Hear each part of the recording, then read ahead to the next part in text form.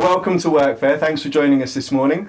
We're here with three fantastic guests, and we're talking about how to restructure the coffee industry.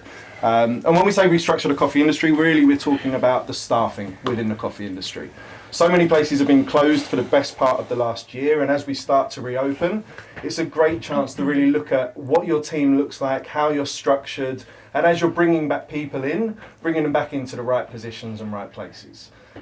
So what we're going to do is we're just going to very briefly introduce you to the three guests, and away we shall go. So on my left we've got Izzy Austin. Izzy has been in the coffee scene for the last decade or so. At the moment she heads up the marketing and business development at Baristas on Tap, which we'll briefly talk to a little bit later as well.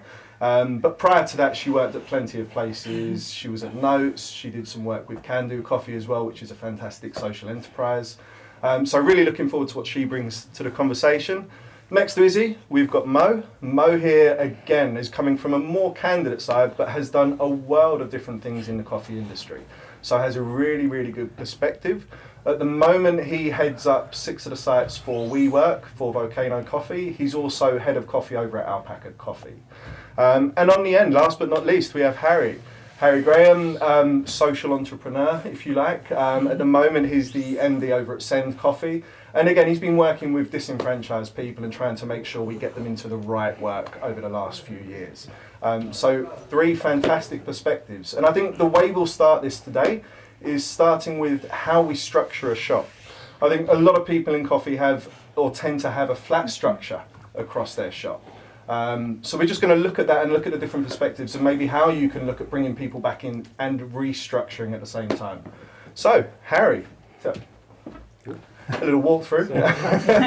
That's right. Next time you'll have to streak. So we're gonna. So, Harry, what's your thoughts on how we should structure, or how do you structure your shops?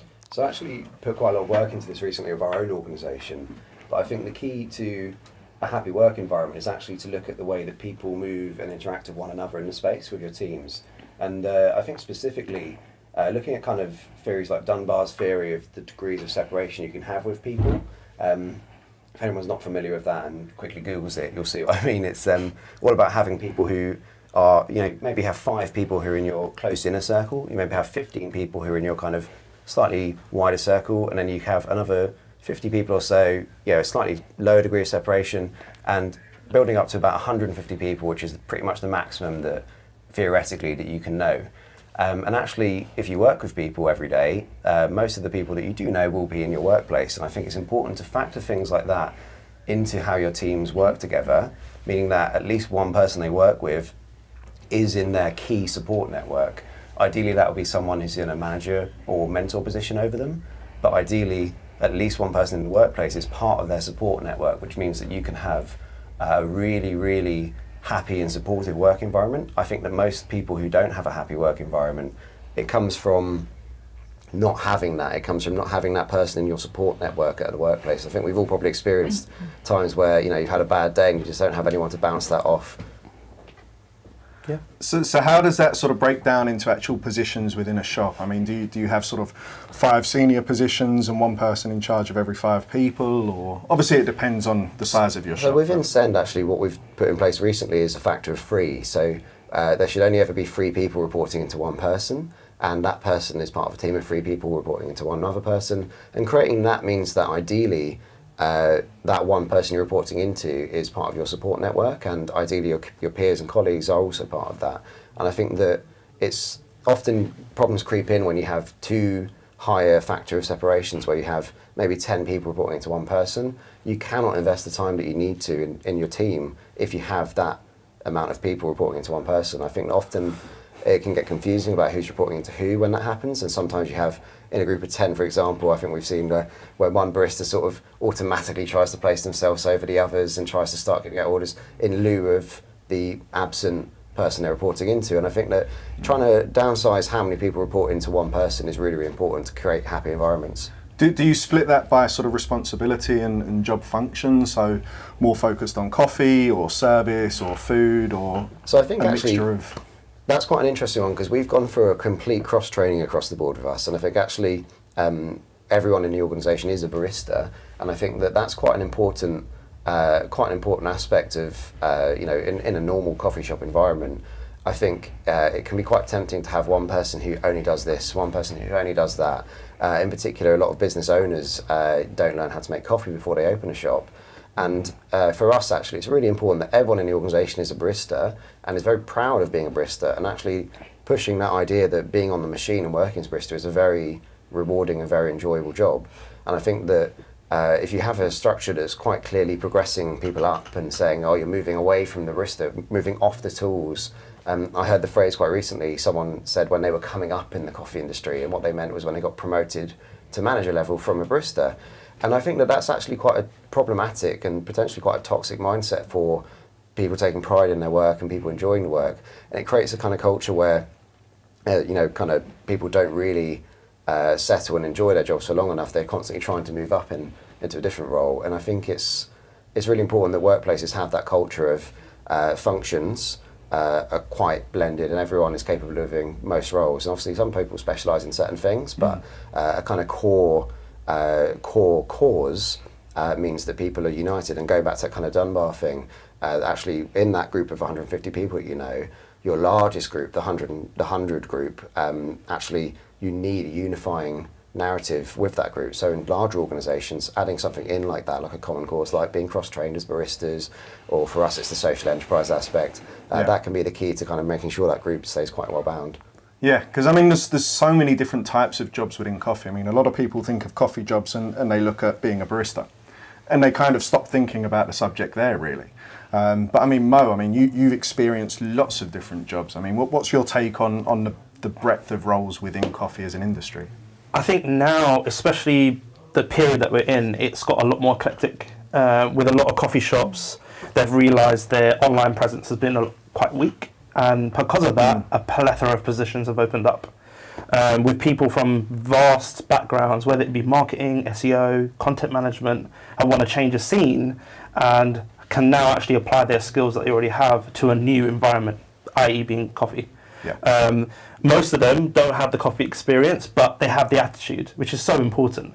And most cases, or at least the companies that I've worked with, have put in a program where they can utilise the skills they have now and apply them to a new position, a new environment, whilst getting that training. But yeah, it's become a lot more diverse in terms of roles in coffee now. Not just the whole head barista traditional sort of route up, but also the SEO, content managers, marketing peeps. We need all of those people now. So yeah, it's pretty vast. It's very diverse. Do you see a lot of people that the social side of things, the marketing side of things, that's almost an add-on to their core skills? So similar to what Harry was saying in terms of having people trained in quite a wide breadth of subjects or roles. Do you see that as an add-on or as a sort of standalone? It depends on the position they apply for, right? But in this case, it's an opportunity to utilise someone else's add-on in this case. So yesterday I had a conversation with a girl who's moving out of the makeup industry, but she is one of their key people within their marketing team, and she wants to get involved in coffee and asked me, how do I get barista training? How do I get that? I was like, nowadays, like you were saying, I think a lot of coffee shops are looking for people that are already experienced and have minimal positions for those people that don't have any. Although there are positions available, having something else to bring to the party is pretty important nowadays. So having those key skills is so beneficial, but also us on the other side of it is utilising those skills is important as well. Understanding what they have, what they can bring to us, and help them progress, but also how can it work for me? No, I think that's a great point. I think a lot of times when coffee shop owners or managers are going out to hire, one thing they don't really spend enough time on is actually the position they're hiring in for. A lot of the time it's very reactive and you have someone leave and you need essentially a bum on a seat immediately, yesterday. But I think it's really important that whilst you do need that bum on the seat, you also need to have one eye and half your mind thinking about where they're going to fit into your team and what you're actually going to have them doing, whether you want them, someone with a bit of marketing experience or someone with some training experience or one of the other elements. And I find one of the big problems I've always had is how do you balance that bum on a seat from yesterday against I'm trying to build for the long term. And I think actually this is where I've set you up nicely here, haven't I, Izzy? But this is where Izzy comes in with Baristas on Tap, actually. Yeah, for sure. Well, that's why it's here. It was founded in the sense that, in hindsight, that a lot of baristas are needed too late, you know? And I think alongside what Mo was saying, which was incredible, that baristas want to enter and may not be at the level necessary, that also creates an avenue for these baristas who want to be trained on site, who may have other core skills. And when you're trying to train up these teams, or when you're trying to find the right fit, you can use Baristas on Tap, which will essentially cover your shifts. You'll get a freelance barista in. Freelance baristas have been a thing for a while, but we made it a famous term, so to speak. There's way more freelance baristas now. And Bob's your uncle. Good. So, I mean, let's say that I lose a member of staff, I need someone in yesterday, I reach out to you guys over at Baristas on Tap, I get someone in, but that's a short-term solution, right? You're still looking to rehire and build that team, and you've got to be a bit more, I guess, a bit more proactive in that. And I think one thing that we always try to do straight away is start reaching out to our networks. Now, this has really come into effect, I think, over the last year or so with COVID, just because you can't go out and meet people. So you've got to reach out and rely on those networks a little bit more. And networks is such a difficult subject because there are so many positives and also so many issues with it. I mean, I know some of you through various different coffee networks. Harry, I mean, how have you used networks, or what's the value of networks to you when you're reaching out to people? I think the key with networks that a lot of people don't quite appreciate, a lot of coffee shop owners in particular, is that it's not necessarily an external process as much as it is an internal process first. I think before beginning using a network, the question has to come up, who is my coffee shop for? What is this space for? What's it trying to achieve? Who comes in? Who are the locals? Who is the community around it? Because these places don't exist as islands, they are part of a wider network and community. So I think networking, first and foremost, starts with that process of saying, who is this for? Once you know who it's for, you can try and engage with groups and places that you can draw talent from those places. So for example, you can reach out to local organisations, you can reach out to local colleges. There's in each borough that one of our shops is in, we reach out to voluntary action and the name of the borough. So for example, Voluntary Action Camden, Voluntary Action Islington, they're kind of hubs of charitable organisations, and often those charitable organisations can link us up with community engagement projects so that we can hire from the places that our customer base and community come from. And I actually think it's quite important to do that rather than starting networking from a position of, you know, just reaching out to people you know, friends and family. It actually has to start from knowing who you want to come in and who is your community. And I think kind of the second thing with networking is people need to really, I do think it's quite important to kind of use it in a positive way rather than a negative. I think that often, you know, when you're networking and you reach out to people who have happy jobs and you're desperate because you've run out of staff or something like that, it's not a good thing to be just reaching out and trying to do aggressive offers or trying to steal people away. I think stealing baristas in particular is obviously something everyone frowns upon. You know, whilst working behind the bar of my own shop, I've had people come in and say like, hey, you're looking for a new job, I'll double your pay and stuff like that. And I think networking really does kind of, I think it just starts from a core place of saying, who is my shop for, what's it trying to achieve? But yeah, obviously then beyond that, I think it's, you know, you end up being networked against. You know, people reach out to you and ask you to work in your shop, and that comes from reputation and time. But I think a new shop is often where you struggle to find staff, and that's where you don't have that reputation, people don't reach out to you. I think you build that reputation actually by how you treat your staff internally again, because you should always ask yourself the question, would one of my baristas recommend working here? And if they wouldn't, why wouldn't they? What would they say? Really, what would they say? And I think people should ask that more, I think. Yeah, I agree. I mean, and networks, I mean, there's two sort of, in my view, big types of networks. You've got the sort of public associations and networks that everybody has access to, but I think are largely underused, as you rightly said. But I also think you've got the private networks as well, the WhatsApp groups, the private Facebook groups and things like that. And I think sometimes that can be a little bit closed, actually. But you're right, it stems right back to your values as a company and what you're trying to achieve. I mean, how do you use networks yourselves, either at Baristas or Tap or in your previous work as well? Yeah, for sure. I kind of, thank you for asking me, but I think bouncing off of what Harry said here is networks are a great thing, and I'm really appreciative that you didn't just mention coffee networks. It's reaching out to various networks, maybe outside of coffee, and therefore helping people who may not have had the opportunities before. And I think that networks are a great thing, but they can only be a part of your hiring process simply because of that. And we are all well aware of the wide issue within the coffee industry that is very cliquey. It depends who you know. I mean, it's not just a coffee industry thing, it's an industry thing, who you know. And I think emphasizing that you can use networks to your advantage, but to not just to rely on networks. Word of mouth is a great one, and personally, I don't see that as a network. I see that more as a perk of running a good business. Yeah. So people are talking about you, and that falls into marketing, which we'll talk about later. Yeah. And that tends to be what we heavily rely upon more at Baristas on Tap, is this idea that people just know that if they fit the bill of what we require for the app, they're going to have a good time. That's what people get told, not from me, not from the people who work in the office, but from the baristas themselves. Yeah. And that's kind of what we do. Sure, there's different ways to network. Every so often, I'll pop a message up on a WhatsApp group or add Discord for the core directive. But largely, I feel that there's a bit of a snowball effect. And the only other networking opportunities we, not as Baristas on Tap, but we as coffee shop managers or supervisors or hiring managers, I've always placed emphasis on is reaching out to groups that you wouldn't otherwise think of, because otherwise the industry is going to stay the same. You're going to see the same people in the same positions, and maybe this isn't as much to do with kind of mid-tier baristas who may have like a year experience somewhere, because they're going to still be looking on the relevant job boards and the relevant WhatsApp groups and Facebook groups. But people who may, like Mo was saying, may want to get into the industry, who have no clue where to get into it, who don't have any friends in coffee.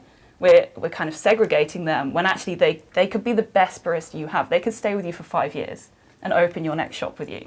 And I think that's the emphasis I'd place on networking. Yeah. I mean, coffee and being a barista is really a skill that can be learned. Yes.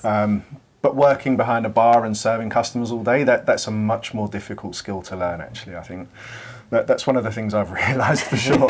I mean, Mo, you when you started in coffee, how did you sort of find that first step? How did you maybe network out from there? Because you've obviously gone from being a barista into somebody that looks after a number of locations, and you're head of coffee at Alpaca now. So, I mean, you've travelled quite a journey in coffee. How have you used networks in that journey? Well, much like what Izzy was saying about eclectic groups and people that you have come in contact, a lot of it is usually down to how much of an impression you've made, what type of person you are, in order for that networking possibility to be fruitful. I never go into any situation hoping that, I'm going to use their skills one day. I just want to have a good chat, much like this one right now. I've met two people I've not met before, and maybe one day we'll have a chat about something else. And that's how I always go into any conversation with anyone, as much how we are behind a bar. We don't know what we're going to mean to that person, but if we put the best foot forward, they always want to feel like they could do something for you. It's the same thing with job opportunities. Again, I'll take that example that I had yesterday. Was I met this person who referred the girl who's coming out of marketing in one of the WeWork buildings through just having a chat and having a coffee. And she goes, actually, I know somebody who'd be a really good fit. And I think that's largely down to the impression that we make to our audience or to our customers or to the people that we're just being honest, nice people. Yeah. You're more likely to have a conversation or go to somebody who's nice and approachable than someone who's a bit upfront and like harsh. Yeah. But that plays into networks is because of that, because you're a nice person, you have a very diverse crowd. I think you were saying it earlier on, was you don't know who's going to come through that door. You don't know what their backgrounds are. You don't know what their titles are. Especially like in our shops right now, you can have someone who lives in a council property or someone who's a multimillionaire, and they can offer you a number of different things. but not because you want them. It's because they want to help you out. But yeah, I think that's kind of like why the shops have to be such inclusive and open spaces, because then you do get people come in. And I had quite a lucky example. 2 days ago, I was working behind the bar, and someone came in. They just wanted to ask a little bit about our program that we do at Send. We obviously have to engage with local councils quite a bit, and they were just asking a lot of questions. And as they asked more and more questions, I started to realise that they were someone industry, in the special educational needs industry. And I hadn't started from that position. They'd just come in. They'd ordered a terrible coffee. They ordered, they wanted a filter with milk and sugar, and so like my first impression wasn't great. But I was still fine with them. I was friendly with them, and by the end of it, we'd exchanged business cards. And she turns out to be someone quite senior for a local council in special educational needs, and someone that I'm hopefully going to talk to more about ways we can get employment for our beneficiaries. And it's funny how like the fact that the shop was a happy, inclusive space, goes back to I think trying to be humble baristas in particular, and kind of having that culture of inclusivity in the spaces. And we're lucky to have those spaces people can just come into, and it means that we can just it's like tube carriages. Everyone on it is the social stratification. Yeah, I mean networking is great. So I'll come back to you in a sec. I was just going to say, well, with networking, if you can hire through networking, I think that's really useful, but it's not always possible. Sometimes all your network is employed. Sometimes none of them actually quite fit the role that you're trying to hire. And I think you can't forget about the more active type of recruiting in putting posts out on job boards and really advertising to the wider network, which also comes back to what you were saying earlier in terms of spreading out and trying to find every possible candidate. And giving yourself a larger pool really to pick from. But some of the job adverts out there as well are terrible. I have seen some really atrocious job adverts in my time, really good ones as well. So I mean, I'm going to quickly go around and see if there's any tips or tricks that people have in terms of adverts, or any problems or horror stories equally. I mean, Harry, what do you tend to do when you're putting a job advert out? Do you have any insight? I think aside from the obvious, aside from just saying what you're doing, who you are, talking a bit about the company, it's obviously the first impression I get of you. So you have to do something like make it look nice, make it look well formatted. That's my pet peeve, badly formatted ones. I actually always ask a question, just a very basic question, slipped halfway through the job ad, which is, please include your favourite colour, as part of the application. And the problem is that I get thousands of job applications sometimes, and when I'm scanning over them, I actually just check if they've filled. If I've got a huge pool of applicants, I just check if they've filled in that question, because actually the amount of people that are copy pasting very convincing cover letters and sending them out, it's quite disheartening. And actually they haven't read your job ad, and I'm not going to spend the time reading their CV if they haven't read my job ad. I think actually that improves the quality of candidates you get quite dramatically, having a simple screening mechanism in the job ad. Yeah, no, I completely agree. So anyone out there watching that's going to apply for an advert, if you see a question in that advert of favourite colour, please do answer it. You're more likely to get a phone call, put it that way. I mean, what about you, Izzy? I mean, do you use adverts at Baristas on Tap? How do you try and bring people in if they're not in your immediate network? No, we don't use job adverts. We don't need to, which is a brilliant privileged situation to me. I know that a lot of coffee shop owners, if they're potentially watching this, will be very annoyed at me saying that, but we don't have to. However, we do have an infamous screening procedure, which cannot be mentioned in detail because it is top secret, but it takes a couple of weeks to go through. It's gotten more extensive during lockdown. We froze applications for a little while because A, of the environment of hospitality, but B, to ensure that our screening process to get onto the app remained, well, sufficient. It's probably the best term, because we weren't able to go see baristas anymore.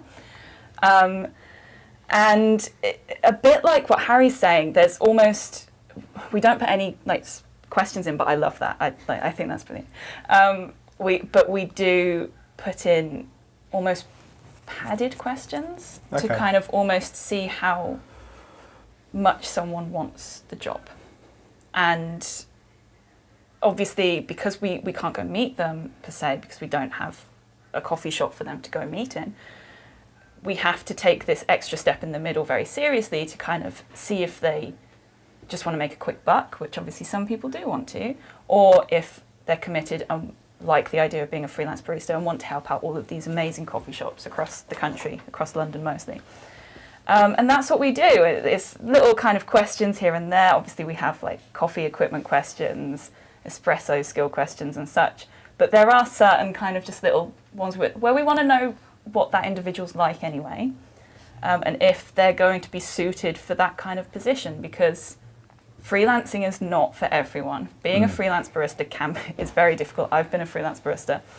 It is very exhausting at times because you're constantly going into new environments and you're constantly trying to fight for the best spots. I won't name them. And I, because I'm the one who heads it up, needs to make sure that these baristas they're going to be okay. Because we don't just want to shove a barista who's then going to suffer, because they're going to have a horrible 8-hour shift. So do you rely a lot on phone calls in that sort of validation process then? Zoom calls are now my life, like so many other people. Yes. I think we've all been there, yeah. It's crazy to be in a room with like three-dimensional things. Yeah, but that's afterwards. So right, okay. I'm in a very lucky position where I don't have to have a phone call with so many candidates who may not take the job. Unlike a traditional coffee shop, for example, we don't have a limit on how many people we can hire. We can have as many people as we want on the app, which is great. However, we do reject more baristas than accept onto the platform. We have a very specific thing which makes them very good on the app and have the sufficient skills to be a freelance barista. But after this kind of lengthy email to and fro, that's when we have a call with them. Okay. Or I have a call with them.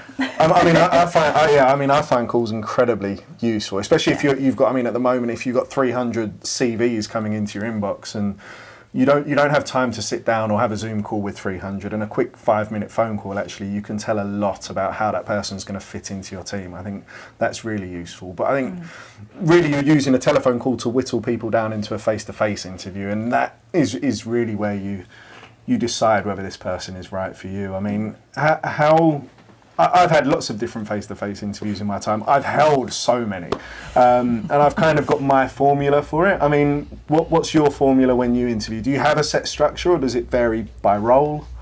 It does vary by role, but mainly because of like charity compliance reasons. Right. I think my traditional kind of interview, this might sound a bit odd because actually, like, I think a lot of the coffee industry is about not being very corporate. I actually do like to have a scoring system that I keep when I'm interviewing, because I find that, if you think of those kind of like optical illusions, this line and that line, and one's actually longer but they don't look longer, those sort of optical illusions and stuff. It's a bit like that with hiring. You might have those optical illusions are your prejudices, and you might actually be expecting someone to be better because they look a certain way, they act a certain way. I think the famous one is tattoos. I once got told at an interview that if I had an Australian accent, I would have had a better chance. So I think trying to remove those prejudices, they're the barriers. So actually having a scoring system behind the scenes, not necessarily overt, not necessarily, and on a scale of 1 to 10, how good a barista are you? That won't work. But just actually scoring them, trying to be semi-objective with it. So I do actually kind of have I score them on multiple things kind of throughout the interview process, but I do tend to try and have the interviews as a conversation, because I find that actually if you have a sort of if you have an almost kind of test interview, it can just be very intimidating, and actually I want to see the best version of them, not the worst version. And I think the worst version usually comes out when there's been lies on the CV. And yeah, I could share some horror stories about those, but once had someone put on their CV that they had worked at one of my other shops. My shops are all independently branded, so you can't always tell.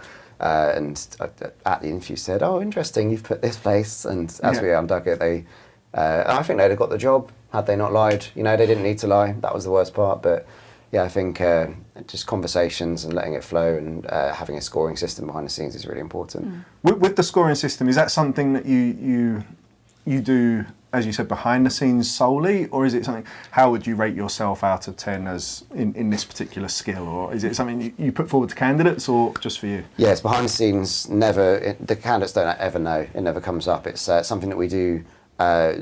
Two people have to have interviewed them for that reason, because actually you need to have a cross section of the scores, and you tend to do a mean average of the scores. So like between, say, one person gave them a 10, one person gave them a 1, then they get a 5 rather than But it's that doesn't happen often. It's surprising how often the scores are just so obvious. But I occasionally throw that question in, like out of 10, how much coffee knowledge do you think you have? And I think everyone who answers 9, strong 9 or 10, they're usually 1 or 2. Like I think it's the classic thing. The correct answer is maybe a 3, and then you're like, okay, like. That probably means you're actually an 8 or a 9. What sort of, how do you score? What categories do you score in? You don't have to be specific, but just generally, it's 10 separate categories. I think conversational skills, machine knowledge, ability on the machine. For example, on the ability on the machine one specifically, it breaks down into can they do X pattern, and has it got any defects? And I actually link it. I think I showed you this a long time ago, but I actually link it to the scoring sheets that they use in competitions to try and remain objective. And it's, anyway. It can be quite kind of involved, but it's important you're not filling that in front of them, and you're just you're filling it in right after they've left the interview, so they never really have to interact with that side of it. Have you got any favourite questions? Favourite colour, okay. But in the face-to-face, have you got any questions that... one of the questions I always really like to ask is I ask people to describe their favourite experience when it comes to food or drink. And really what I'm looking for is someone that can tell a story. Someone that can talk, someone that if you ask a really open question, they can come back and actually, they paint a picture of when they were in Baja with their friends in a bar and they'd just finished university. But you sort of, they take you to a particular event rather than tell you what they drank and ate and leave it there. And it shows you their awareness of not only the product, but the surroundings that they're in. Any questions like that maybe you use on a regular basis? I think actually I'm always resisting the urge to gossip, so I tend to ask what their favourite place they've ever worked is, and what the worst place they've ever worked was, and ask why. And I'm trying to understand what their needs are in a job. So I think if they're like the worst place I've ever worked was this place because, for example, I asked that to a vegan applicant recently, and they're like, I worked in this meat restaurant and it just made me really uncomfortable. So then you understand that actually if you serve meat in the cafe, that might be a problem for them, and that's a good way of I'm not looking for the nasty side of it. And actually, sometimes candidates do start, and it is interesting, but sometimes when they do start talking bad about a previous place, it actually makes you uncomfortable because often they're people but also it just shows that they've got a certain mindset as well. But it's interesting hearing their favourite places that they've worked and why, and I think I've had interesting answers to that. I think that can often reveal a lot about a person and what they actually want out of a role, and Good. When I go through the face-to-face interview, I tend to break it right where we are into 3 sections. So the first, I will interview them. And I have sort of a set list of questions, and we go through those questions. And after that, I then pass the buck over to the candidate, and I want them to interview me. I had this opinion that I think it's just as important that a candidate knows what they're potentially walking into as it does for an employer to know who's walking into that situation for them. And also at the back end of that, it then tells me what I need to do to get that person on board if I really liked them. From a candidate's perspective, when you're interviewing, have you got any sort of questions that you feel are really important to ask a prospective employer? I think top of the list is I always ask why they got into coffee. I need to know whether the reasons kind of are similar or whether mindset's kind of similar. Because mine is very personal. It's progressed why I've stayed in coffee, but why I got involved is because of how much change it can give somebody. And I'd like to know that was the same thing for somebody else. And then I want to know their journey just as much as they want to know mine. I want to know where their best experience is, why they left their last position. So it's almost like you said, you pass the buck. I'm going to interview you and pass the same questions in a different way, of course. Yeah. And find out why I want to work for this company besides just the job board ad. I was like, it might be a perfectly formatted, sneaky question format, but I want to know whether this is the environment that I want to work with, no matter where it is. Am I willing to travel 2 hours to get to this job? Yeah. So it sort of comes down to values and culture as much as anything. So I actually once helped someone open a coffee shop, and I asked a similar question whenever someone wants to open a shop and I'm helping them with it. And he said, I just want a place to take my dates. And I thought that'd be really cool. And I really appreciate how honest he was, because I managed to kind of convince him not to open a coffee shop. Because imagine you sat there and imagine you've gone to the interview, oh, why did you open this place? Well, yeah, I don't think that would have been, but yeah. I mean, someone like that, maybe a trial shift would have been very valuable, actually. Give them a little glimpse of what they're looking into. Yeah. I mean, trial shifts is a whole nother subject. I mean, we were talking about sort of validating culture, and I think trial shifts actually are really useful there.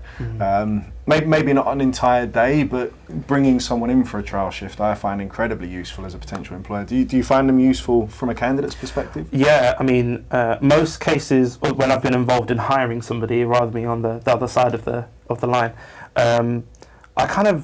I try and do it the other way around, where you'd have a screening process, so you have a little chat and so on.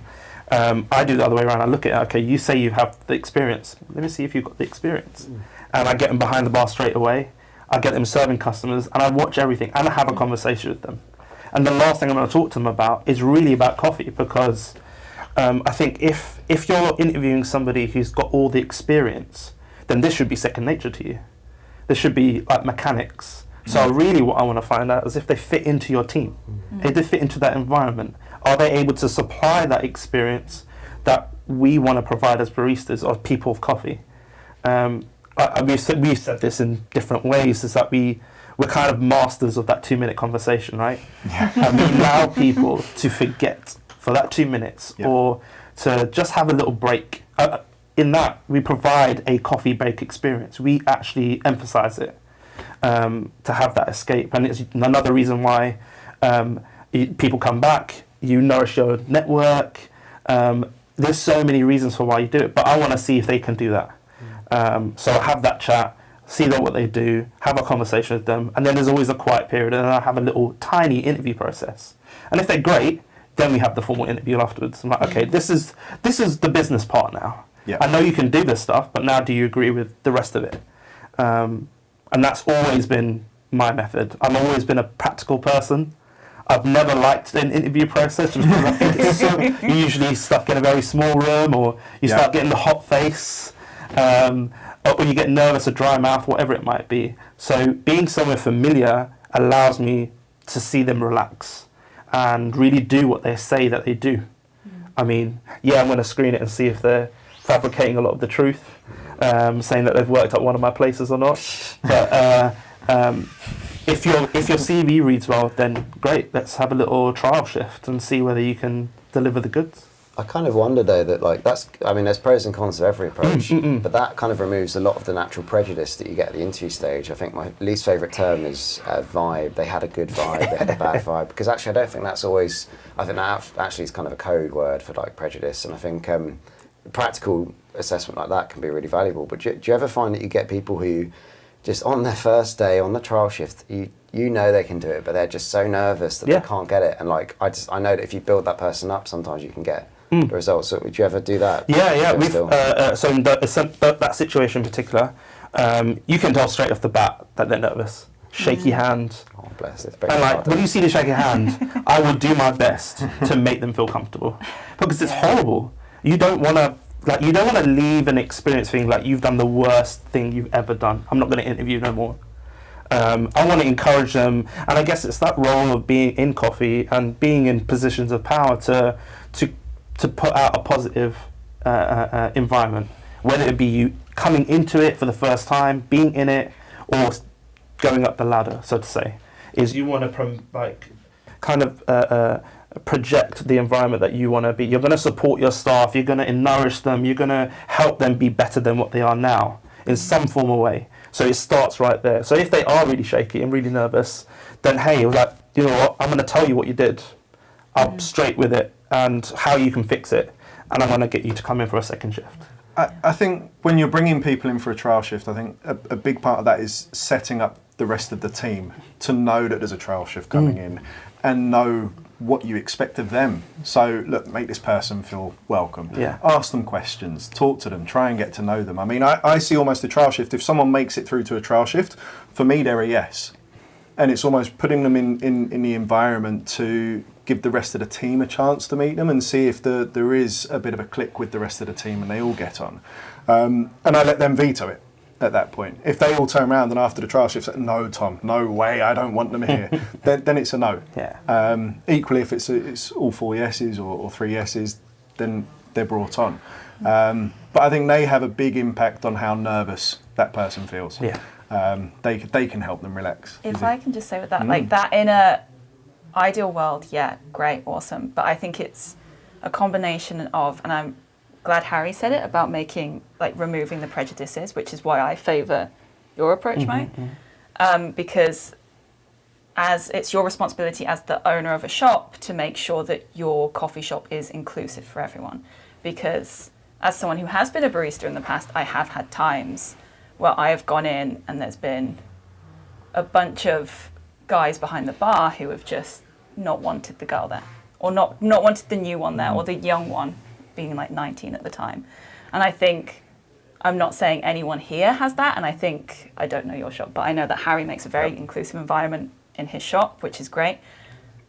But for any shop owners who are taking that route, they also need to sit down, check with their own staff, and make sure that your team are inclusive and are not going to berate someone for potentially being different. Because that is the first step in making an inclusive work environment, as well as getting a diverse group of people working there. And it's almost that first step is quite difficult, because that first person who's different to the rest of them there is going to have quite a difficult job. And it's, that's it really. Like, you kind of have to, as the owner, have the responsibility to not only be, and in some ways it's a great way for you to check your current employees. Yes. And make sure that they are holding up their responsibility as employees and making everyone feel welcome, because it will be very telling, and you hopefully will be able to see if they're not. Yeah. I think if you're trying to do a big wholesale change of your team, maybe that's not the approach. But luckily we tend to do sort of transitional, so it's almost fitting back into the team. I mean, do you think a lot of the prejudice might stem back to job adverts and how we write job adverts? Do you think that the problem's almost at the source rather than by the time they're coming for a trial shift? Yeah, so definitely the way you conduct yourself as a business online and through your job adverts are definitely going to impact who applies for your job, and has already constrained who's going to be applying and thus who's going to your trial shifts. It's just, people have this really wound up perspective of bias. That, like, people don't like to say that they're biased, but unfortunately everyone is biased. Everyone is, like, dependent on your experiences. And as me, I'm gonna subconsciously favor someone probably different to who you would favor. And I'm gonna subconsciously write for someone, etc., etc. And I think, I mean, all of the job platforms, old school job platforms like Indeed, for example, do have things in place now that you can click and you can check the bias systems in place. Yep. And that's kind of the first step. But I do find that because of the breadth of the coffee industry and the variety of ways, which is great because you should try and get as many applicants from different places as possible, such as social media, job boards, specialty job boards, etc. But I do find that because we use a lot of unmonitored forms of advertising, such as Instagram, your natural language in your social media, for example, or your natural language within your shop may therefore deter or put off a very certain kind of applicant. So although I could go on and on about the simple things which everyone should, like, I'd be very worried if you didn't know this already, but not mentioning he in a job advert or she. Yep. I've seen terrible adverts which I have flagged on specialty job boards saying, like, ideally a woman because it's front of service. Yeah. Or ideally a man because you've got to lift something, and like you'd think we were past that. You really would. It's illegal, right? Yeah, exactly. But that still happens, and I don't want to go on that too much because that's just common sense. And if you're not doing that now, like that's a bigger issue. Like, you're going to be called out soon enough. But there's tiny aggressions and microaggressions, and there's tiny ways you phrase things that will favour, if we want to keep it very black and white, favour a man or a woman. But obviously it goes much further than that. And being aware, and this could be a whole other hour's talking about this, so I'll keep it short. But most of this could, to be fair. There's so many resources online. There's like a quick Google. There's no excuse not to do it. A quick Google will find out where these microaggressions lay. If you have a member of your team who is willing, because don't make them do the work for you, but who is willing to share and kind of check over stuff and be like, well, maybe don't say this, that will work better. And I think one of you guys approached it already, but this kind of imposter syndrome-y aspect where you shouldn't feel like you're top of your game at any point in coffee. It's a subjective industry and you're always growing because things are always developing. You shouldn't be asking for like the best barista in the business, because I wouldn't apply for that, because I'm always checking myself. I know I'm good at what I do. I know I've got the skills, but I'm not going to apply for that, because that's also instilling a kind of a coffee shop culture that I think is going extinct now, but is still there in some aspects. And I think it's these very small language barriers which are really putting off a huge proportion of applicants. So yeah, and I think like those microaggressions, those code words, I think they slip in a lot, and I think it is interesting that one I've seen has crept back in recently is there's an Aussie term for a gun barista, and I've seen that a lot recently. And one of my team actually posted something on social media about looking for a gun barista, and I said talk me through the term, understanding it all, and I think I said that personally I would have felt uncomfortable applying to that because I don't know what a gun barista is, but an Australian or Antipodean barista would have been like, yes, I am a gun barista. So what is a gun barista? I think it's just an Australian term. My understanding from it, sorry if anyone's getting mad. Correct us in the comments. I'm pretty sure it's just it's a term that's really popular in Australia that is just a really good barista, and I think that's a great example of how like a term like that would limit your pool of candidates, and that's that's where the business is weaker because of it, because you're getting less applicants, and that's always you're almost screening applicants by accident. Yeah. And I think it's really important to kind of just that I think it might have been you, Izzy, who showed me that the simple thing you put the job ad into and it just flags all the micro terms and stuff like that, but it will still miss stuff like that. It will still miss colloquialisms, and it's important to kind of have that mindset that you don't want to be putting anyone off applying. You mentioned earlier in terms of social media, and we're talking about language and how to cast that. Do you screen people on social media? Because more and more I see candidates screening us on social media, and I've never really known what the right way is here, and I'm just going to try and answer the question for myself as much as anyone else out there asking it. Do you screen it? Is it okay to? Is that permitted? Such a big problem. Is it expected? For us. I'm not going to lie, I did it with these two. Yeah. I need to know, because I'm not going to go ahead and start having a full-on conversation about something that could be quite intimate to one person. I don't know them enough. And the only way that you can possibly, and it is a little bit like, oh, should I do this? But you get an impression of what they could be like. Yes, the thing about social media is you do put a side of yourself that is a little bit fabricated. I lived this type of life. Yeah, I'm not going to say fabricated. But like, and that's fine, but then it does give me an in and what can I possibly have a conversation about. If your Instagram's all about food and coffee, great, let's have a conversation about food and coffee. But it gives me an opening conversation that could be a platform to have other conversations. I can see you huge itching. Problem for me. So on the one hand, if I don't screen them, I can be accused of negligence because we work with vulnerable people. And so we have had this debate internally quite a lot. We've spoken to external kind of other charities that we partner with that mentor our charity. We've had to have a lot of advice from.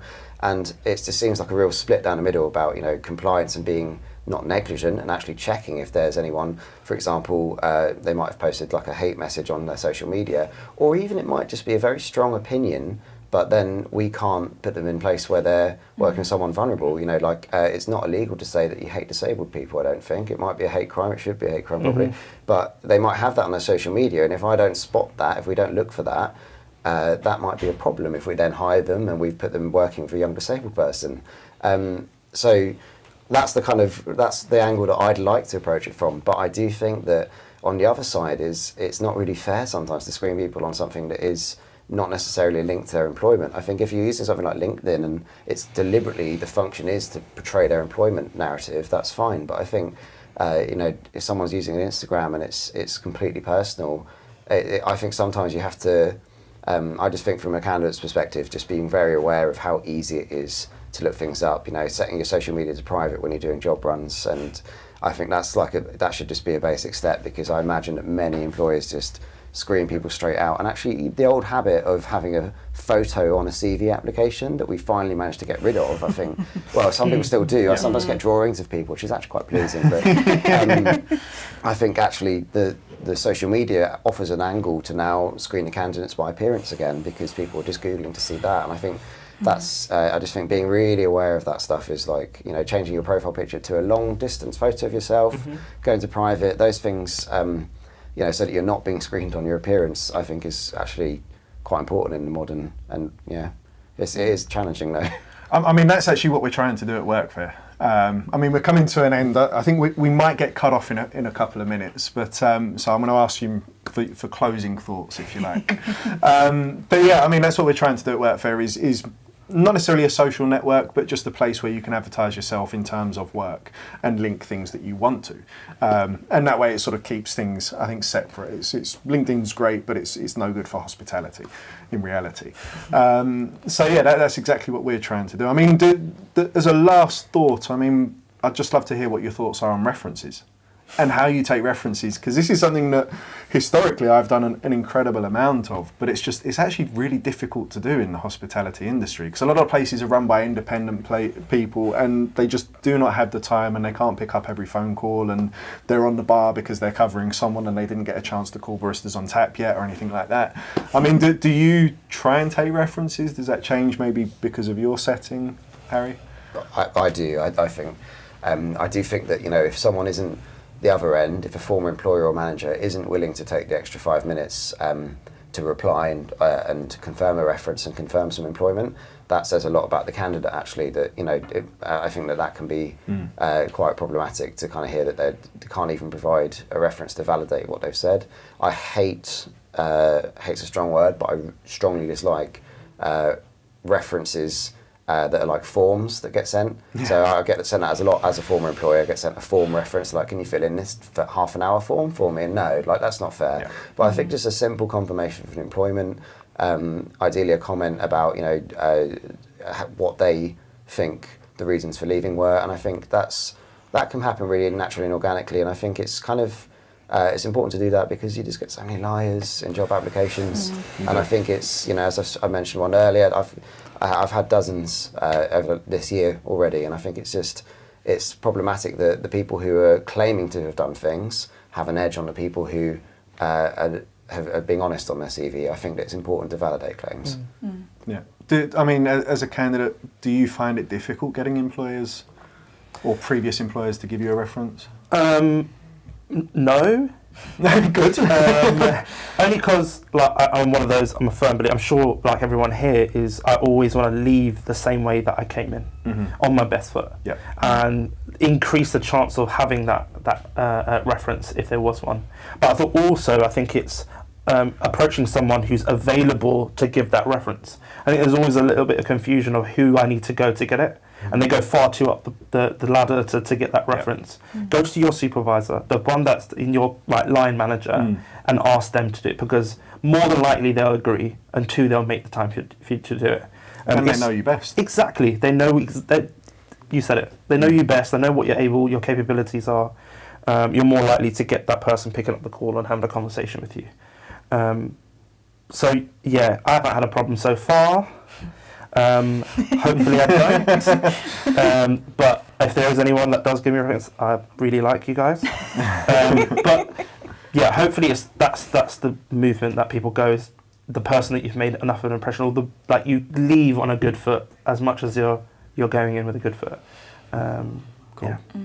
And is that something you take quite seriously, I presume, at Baristas on Tap, references, or is that part of your secret validating source? No. I'm going to be the middleman here and be like, as someone who has worked as a barista, I don't trust references. I think the staff turnover within coffee shops for managers, for example, is too high for me to go chasing if they've worked somewhere 3 years ago. The only thing we need to check is that they do have the minimum of 2 years specialty experience. And that's how far we'd go with a reference, is we'd just be like, hey, can we just check they've worked from this to this? We don't check anything to do with their personality. the coffee industry, I love the coffee industry, but it can get very emotional very quickly, and it can get very aggro very quickly. And someone who could be an amazing barista could have had a very terrible work life at a shop, and they'd worked there for 3 months. And if I'm on the phone to this shop manager and they don't like this barista, and I remove them from the app or don't give them the opportunity because it wasn't their fault, I just find that extra level of references for what we do is therefore not necessary. We have a rating system within the app, so they wouldn't last long anyway if they were terrible. Like, as soon as they get a low rating, they have to be looked over and we check on them again. But like I said before, with that middle question is to kind of weasel out their personality. And that's all we do. Fantastic. We have 2 questions from the audience, so I think it's a good way to finish. This is how high tech we are going today. Let's hope I can read your writing. So we've got a question from Lisa, which is how much cross-training is a good level? So the balance between sort of specialist roles and mixed skills, how do you decide maybe who gets more training as, I think this is what you're asking, Lisa, but who gets more training on coffee, who gets more training on food or service, how you balance that? I think for me, I'm guessing it's kind of aimed at me, so I talked about cross-training. I would presume so, yeah. I think for me, Lisa, if you are watching, the key is actually to have just one key thing that everyone is cross-trained on. For example, it might be front of house, or it might be the barista, but I think that actually having people, they can then have the avenues to pursue their own specialists. We all talked about this earlier about, someone might then go into doing the social media. Not everyone needs to do that. It might just be that they've got a passion for it, or I've got one member of the team who's an artist and loves doing all of the art and A-boards. That's their passion, they can follow that as long as they've got that key unifying aspect, which they can all be baristas. So ideally, going back to my first comments on the Dunbar thing about having a common cause, the cross-training is a really good mechanism for building that common cause. So I think quite extensive around one component is the key. Okay, and we've got one more question from Ella, and I'll open this up to everyone, but any bad experiences you've had, either as a boss, so a mistake you've made perhaps, or as a candidate where you've been treated badly by a boss, that's almost shown you the right path and the light into how to be a good boss. So almost like failures you've turned into successes or anything like that. And I'm sure we've all got plenty of stories, but to put you on the spot and to round up with, shall we start with the man in the middle, Mo? I've had a few. There's ones that come to mind, specifically being there longer than I needed to be is always a common one. It becomes very prevalent that they don't have a structure in terms of what you're going to do in the day, what they're trying to find. Sometimes them being too honest about something. Okay. It's been, and I'm not going to get to specifics, but and it's to do with working life, is why they're in the situation they're in. And I was like, I want you to make this an experience that I want to be a part of. I'm losing the attraction of the job. I'm not going to go into too many specifics because there's loads, and I'm literally reliving the experience in my head. Thanks, Ella. It's just one of those where I'm glad I'm not a part of that situation no more. What about you, Izzy? I mean, when you were working back in coffee and anything you've learnt on that's helped you sort of manage better? Because I mean, managing is difficult. Managing's difficult. Managing seems the easiest thing in the world until you have to do it. As a barista going to a manager. Being mindful that everything you say can be taken differently dependent on who you're talking to. So to keep everything the same with everyone. And also I've had terrible experiences by managers which I won't go into. And they're as easy as saying, like, don't tell the girls that they're wearing nice underwear today. Those terrible things which come up. So no. Please don't do that. Please. It's not a compliment. But other things, just like not, a bit like what you're saying, like not being too present for somewhere that isn't giving you the time and energy back. Yeah. The amount of shops, and it still happens all the time with so many of my friends who are still baristas, is you go half an hour early and you start working because it's busy, and then you stay for an hour afterwards because you might want to help and wash up, and it's great, and you're a team player and like brilliant, and if you find the right fit of a coffee shop that does value you, that's amazing. But a lot of the time you just take them for granted. And yeah, just essentially them just kind of checking yourself and just making sure that you're not taken for granted. Most jobs are paid very badly as a barista, and just tiny little vocal cues, which I've never used because I've been aware of these, but the amount of times I've had managers say to you, oh, well, you're just a barista. And just is one of my, I hate the word just, because there's no positive thing really just to come out of that. isn't it? Yeah. And understanding that everyone within that shop has a part to play, and without any one of those people, it will go to pot. So that's me. Good. What about you, Harry?